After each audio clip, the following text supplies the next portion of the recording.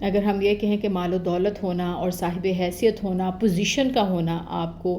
چین اور سکون پرووائڈ کر دے گا، تو ایسا نہیں ہے۔ ہر وقت بادشاہ یا ایسا شخص جس کے پاس اختیارات ہیں، وہ اس خطرے میں رہتا ہے کہ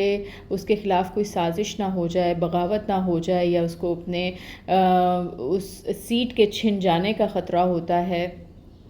اگر کوئی اپنے وقت کا قارون ہے تو وہ اس فکر میں مبتلا ہے کہ دولت کو مزید کس طرح بڑھائے، اور جو دولت اس کے پاس ہے اس کو سکیور کیسے کرے، اس کی حفاظت کیسے کرے۔ کوئی بھی انسان، ہم یہ نہیں کہہ سکتے کہ مکمل طور پہ بے فکرہ ہے،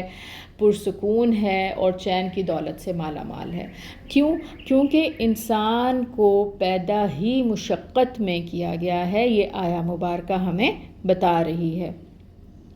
اب انسانی زندگی کے بارے میں تلخ حقیقت ہے، مگر یہ حقیقت ہی ہے جو کسی سے ڈھکی چھپی نہیں ہے کہ اس دنیا میں کوئی انسان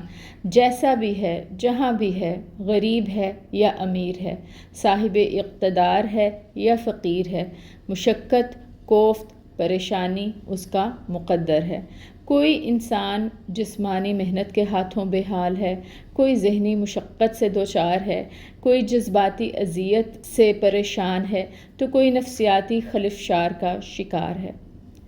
کوئی انسان پیسے کا محتاج ہے اور کسی کے لیے دولت کے انبار لگے ہوئے ہیں اور وہ دولت ہی اس کے لیے وبال جان ہے۔ کسی کے پاس سر چھپانے کو جگہ نہیں ہے، تو کوئی ویلویٹ کے کشنز پہ لیٹتا ہے تو اس کو نیند نہیں آتی، نیند کو ترستا ہے۔ غرض مختلف انسانوں کی مشقت کی کیفیت، نوعیت اور شدت وہ مختلف ہے، مگر مشقت اور پریشانی سے چھٹکارا کسی کو بھی حاصل نہیں ہے۔ اب ڈاکٹر اسرار احمد نے اپنی تفسیر میں ایک اور نقطے کی طرف یہاں پہ توجہ دلائی، اور وہ لکھتے ہیں کہ انسان کی اصل مشکل اس سے کہیں بڑی ہے۔ وہ یہ زندگی کے تو مختلف فیزز میں، مختلف سٹیجز پہ ہم نے دیکھ لیا کہ انسان مختلف طرح کے پرابلم سے دوچار رہتا ہے، لیکن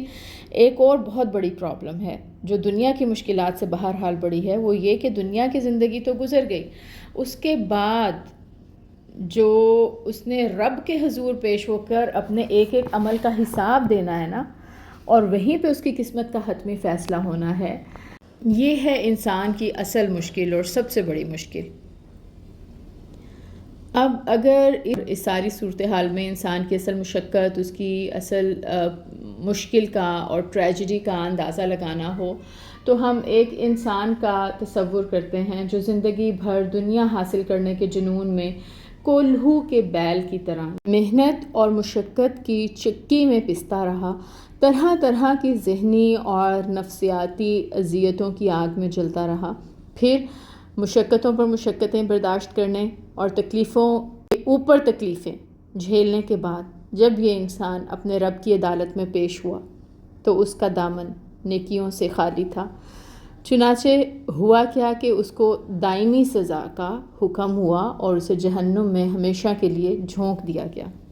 تو یہ ہے انسان کی اصل مشکل اور ٹریجڈی، کہ انسان دنیا کی زندگی میں مشکلات بھی جھیلتا ہے اور پھر اپنے آپ کو آخرت کی مشکل میں بھی ڈال دیتا ہے۔ تو عقل مند انسان وہ ہے جو دنیا کی مشکلات والی زندگی کو اس پیٹرن پہ گزارے، اس پلاننگ کے ساتھ گزارے کہ اپنی آخرت کو بہتر کر لے۔ ہر انسان کو سیریسلی اس بات کو لینا ہے اور سوچنا ہے کہ ہم نے اپنی دنیا کو کس طرح سے گزارنا ہے کہ اپنی آخرت کو بہتر کر سکیں، کیونکہ ابھی تو شاعر کہتا ہے اب تو گھبرا کے یہ کہتے ہیں کہ مر جائیں گے، مر کے بھی چین نہ پایا تو کدھر جائیں گے۔ تو پتہ یہ چلا کہ اگر کوئی شخص یہ چاہے کہ اسے دنیا میں کوئی محنت نہ کرنی پڑے تو یہ تو اس کی خام خیالی ہے، ایسا دنیا کی زندگی میں ممکن ہی نہیں ہے۔ ہاں، مکمل راحت کی اگر زندگی چاہیے انسان کو تو وہ ہے جنت کی زندگی جو دنیا میں کی ہوئی محنت کے نتیجے میں ملتی ہے۔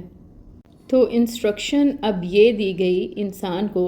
کہ دنیا میں جب کسی مشقت کا سامنا ہو تو اسے اس ریالٹی کو یاد کر لینا چاہیے، خاص طور پر آپ صلی اللہ علیہ وآلہ وسلم اور صحابہ کرام کو مکہ مکرمہ میں جو تکلیفیں پیش آ رہی تھیں،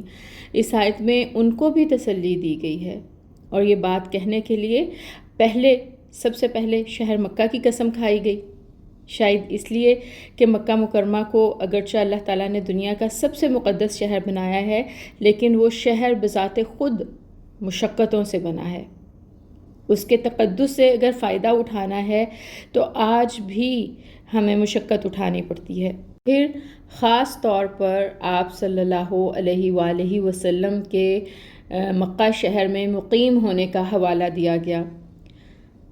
کیونکہ افضل ترین پیغمبر صلی اللہ علیہ وآلہ وسلم افضل ترین شہر میں مقیم ہیں، لیکن حقیقت یہ ہے کہ مشقتیں ان کو بھی اٹھانی پڑیں۔ اسلام کو پھیلانے کے لیے اس راستے میں انہیں جد و جہد کرنی پڑی۔ پھر حضرت آدم علیہ السلام کی اور ان کی ساری اولاد کی قسم کھائی گئی، اور اس میں ہمیں یہ اشارہ ملتا ہے کہ انسان کی پوری تاریخ پر اگر ہم غور کریں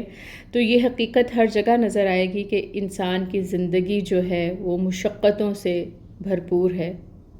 تو عمل پوائنٹ ہمارے لیے یہ ہے کہ دنیا کی زندگی تو آسان نہیں ہے، دنیا میں تو مشکلات ہر کسی کو فیس کرنی ہیں،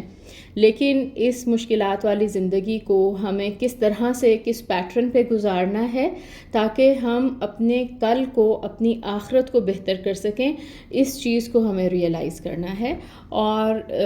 یہ گائیڈ لائن ہمیں پرووائڈ کر دی گئی اللہ تعالیٰ کی طرف سے۔ ہمارے پاس قرآن آ گیا جو ہمیں دنیا میں زندگی گزارنے کے تمام طور طریقے سکھاتا ہے۔ اگر ہم قرآن کو پڑھ کر اس پر عمل کریں تو انشاءاللہ تعالی ہم اپنی دنیا کی زندگی کو بھی بہتر کر لیں گے، اور آخرت کی زندگی بھی اللہ کے فضل و رحمت سے ہماری بہتر ہوگی۔ اللہ تعالی ہم سب کو عمل کی توفیق عطا فرمائے، آمین۔ سبحانک اللہم و بحمدک، اشہد ان لا الہ الا انت، استغفرک و اتوب الیک۔ السلام علیکم ورحمۃ اللہ وبرکاتہ۔